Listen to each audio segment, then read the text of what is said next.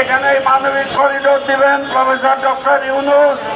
আপনি এখানে যুদ্ধ উত্তেজনা সৃষ্টি করছেন। আমরা সতর্ক করে দিতে চাই জাতীয় গণতান্ত্রিক ফ্রন্টের পক্ষ থেকে এখানে কোনো মানবিক করিডোর চলবে না, চলবে না। অতএব আপনারা যেই আসুক এই ক্ষমতায়, আপনারা শুনেছেন কোন সরকারই জনগণের সরকার নয়।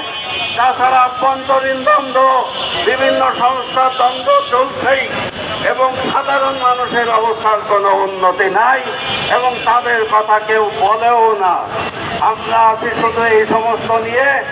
অতএব এই স্বল্প সময়ের মধ্যে আপনাদের সামনে জাতীয় গণতান্ত্রিক ফ্রন্ট মনে করে এটা তার নৈতিক দায়িত্ব যে ঘটনা কি ঘটছে সে ঘটনার ব্যাপারে আপনাদের সম্যক উপলব্ধি দরকার, আপনাদের অবগত হওয়া প্রয়োজন। সারা বাংলাদেশ এইটা নিয়ে আলোড়ন সৃষ্টি হয়েছে। অর্থাৎ সারা কোন বক্তব্য দিচ্ছে আমার জানা নাই, কিন্তু এইটা হচ্ছে জাতীয় গণতান্ত্রিক ফ্রন্টের বস্তুনিষ্ঠ বিজ্ঞান ভিত্তিক বিশ্লেষণ। এই মানবিক করিডোর কোনো করিডোর নয়। আর রাখাইনের এই যে বিষয়টা আমরা কাঁধে নিয়েছি আগের থেকে, এটা আন্তর্জাতিকভাবে এই রোহিঙ্গাদের বিভিন্ন দেশে বিতরণ করা যেত। আমি আজকে এই সমাবেশে সর্বশেষ আমি বলতে চাই, উপেক্ষিত, বঞ্চিত, লাঞ্ছিত, শোষিত শ্রমিক, কৃষক যাদের কথা কেউ বলছে না, শুধু বিক্ষোভ হয়েছে, অভ্যুত্থান হয়েছে, এগুলো সব আড়ালে চলে যাবে।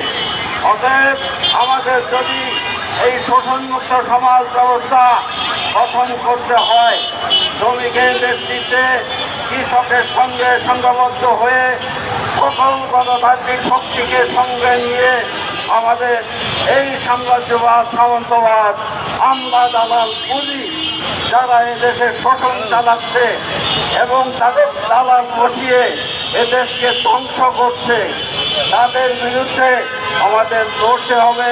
লড়ে আমাদের শোষণমুক্ত সমাজ গঠন করতে হবে, যে সমাজ হবে জাতীয় গণতান্ত্রিক সমাজ ব্যবস্থা।